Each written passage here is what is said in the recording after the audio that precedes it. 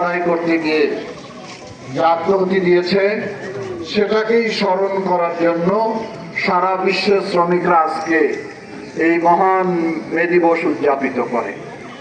এটি একটি শুধু দিবস নয়, এটি শ্রমিকের প্রতি যে বৈষম্য ছিল, শ্রমিকের প্রতি যে অন্যায় ছিল, শ্রমিকের ভিতর যে অবিচার ছিল, তারই প্রতিবাদ করেছিল তারা।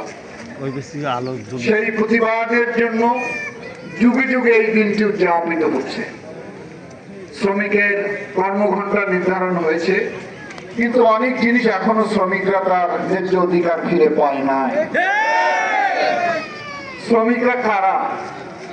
যারা রাষ্ট্র সমাজ গঠনের জন্য নিজের শ্রম দিয়ে তিলে তিলে এই সভ্য সমাজকে তৈরি করে থাকে। আমরা একসময় আদিম সমাজে ছিলাম, যখন নিজের পরিচয় দেওয়ার মতন কোনো পরিচয় ছিল না। এখন সারা বিশ্বে যে এত সুন্দর, এত ভালো, এটার পিছনে সবচেয়ে বেশি অবদান হল শ্রমিকদের। কিন্তু যুগে যুগে নির্যাতিত হয় শ্রমিকরা। তাদের অধিকার, তাদের ন্যায্য দাবি এখনো তারা সঠিকভাবে পায় না। যারা নিয়মিত কারখানায় চাকরি করে তারা নিয়মিত বেতনটুকুও পায় না, অথচ মালিক পক্ষ এই শ্রমিকের রক্ত ঝরা পরিশ্রমের মধ্য দিয়ে যে মুনাফা করে তারা তাদের চাকচিক্য জীবন যাপন করে থাকে। আমাদের দেশে আমরা লক্ষ্য করে দেখি যে বিভিন্ন সময় আমাদের যখন পর্বগুলো আসে, ঈদ আসে, পুজো আসে, তখন শ্রমিকরা তার বকেয়া বেতনের জন্য আন্দোলন করতে হয়। এটা আমাদের জন্য খুবই দুর্ভাগ্য। যেহেতু আজকে আকাশ একটু বিঘ্ন, বেশি লম্বা কথা আমি বলবো না। আপনাদের এই অনুষ্ঠানে যোগ দেওয়ার জন্য আমি সকালে ঢাকা থেকে সড়ক পথে এসেছি এই কারণে যে এই দিবসটা আমার কাছে সবচেয়ে বেশি গুরুত্বপূর্ণ। তাদের এই মেলন, তাদের এই যোগাযোগ, একটু স্লোগান দিও না, স্লোগান দিও না, এই জন্য গুরুত্বপূর্ণ।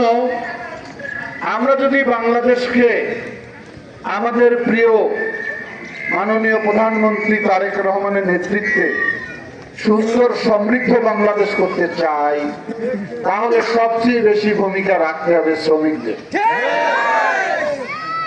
আমাদের 31 দফায় বলা হয়েছে শ্রমিকদের অধিকার কিভাবে প্রতিষ্ঠা করা হবে। আমি মনে করি আমি যদি বাংলাদেশের এই শ্রমিকদের যে অবহেলিত, নির্যাতিত, বঞ্চিত, সেই শিকাগো শহরে যে আত্মনাদ ছিল, অধিকার বঞ্চিত শ্রমিকরা যে সংগঠিত হয়েছিল, সেই শ্রমিকরা যে দিক দেখিয়েছে সেটা যুগে যুগে সেটা উদযাপিত হয়, কিন্তু দাবি আদায় হয় না। আমরা আশা করি 12ই ফেব্রুয়ারি নির্বাচনের মধ্য দিয়ে বাংলাদেশের মানুষের ম্যান্ডেট নিয়ে আমরা রাষ্ট্র ক্ষমতার দায়িত্ব পেয়েছি। ক্ষমতায় গিয়েছি এটা আমরা বলি না, আমাদেরকে দায়িত্ব দেওয়া হয়েছে। দায়িত্বটা কি? দায়িত্ব হলো একটি সমৃদ্ধশালী, আধুনিক, আলোকিত, গণতান্ত্রিক, মানবিক বাংলাদেশ করব আমরা। সেজন্য আপনাদের ভূমিকা অনেক বেশি। সে কারণেই আমি গুরুত্ব দিয়ে আপনাদের মাঝে হাজির হয়েছি। এটার মধ্য দিয়ে আমি আপনাদেরকে উৎসাহ দিতে চাই, সাহস দিতে চাই। আমি যেমন এবং বাংলাদেশ জাতীয়তাবাদী দল এবং বাংলাদেশ সরকার আপনাদের সঙ্গে থাকবে, আছে। আমি ব্যক্তিগতভাবে আপনাদের ভাই, সেজন্য আপনাদের সঙ্গে সবসময় থাকি। আগের মতো সময় দিতে পারি না, সবাই বোঝেন যে কত বড় দায়িত্ব আমার। সেজন্য আপনাদের যেমন কষ্ট লাগে আমারও কষ্ট লাগে যে দুলু ভাইকে আগের মতো পাওয়া যায় না। তো বড় জায়গায় পাঠাবেন আর ঘন ঘন দেখতে চাবেন, এটা কি হবে? এটা তো হয় না। তো যাই হোক, যেখানেই থাকি না কেন সব সময় আপনাদের কথা আমার মনে পড়ে। একদিন ছুটি পাই, দৌড়ে আসে আপনাদের মাঝে।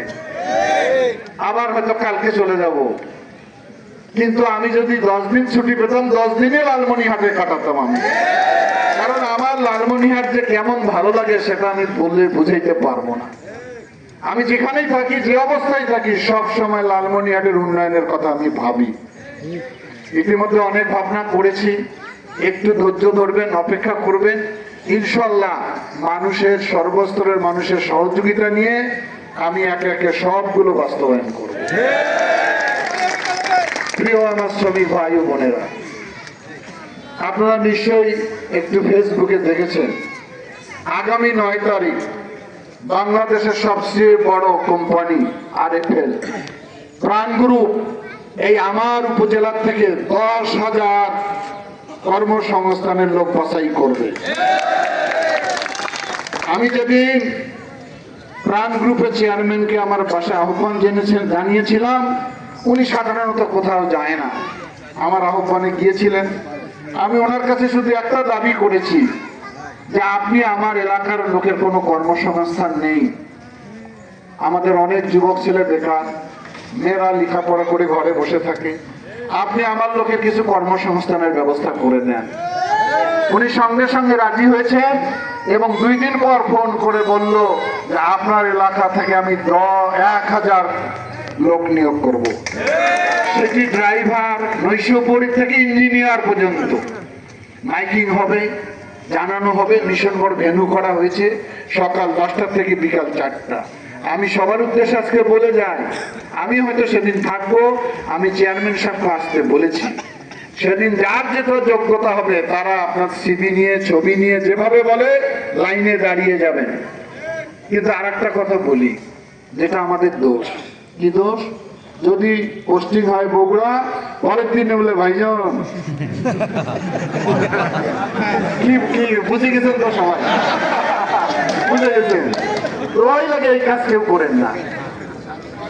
এই এত মায়া, এত ভালোবাসার জন্য আমার এলাকার উন্নয়ন হয় না। আজকে দক্ষিণ অঞ্চলের লোক বিদেশে চলে যায়, আর আমার লোক বগুড়ায় চাকরি করতে চায় না, তাই এলাকার উন্নতি হবে কিভাবে? এই যে 1.5-2 মাস গেল আমার সময়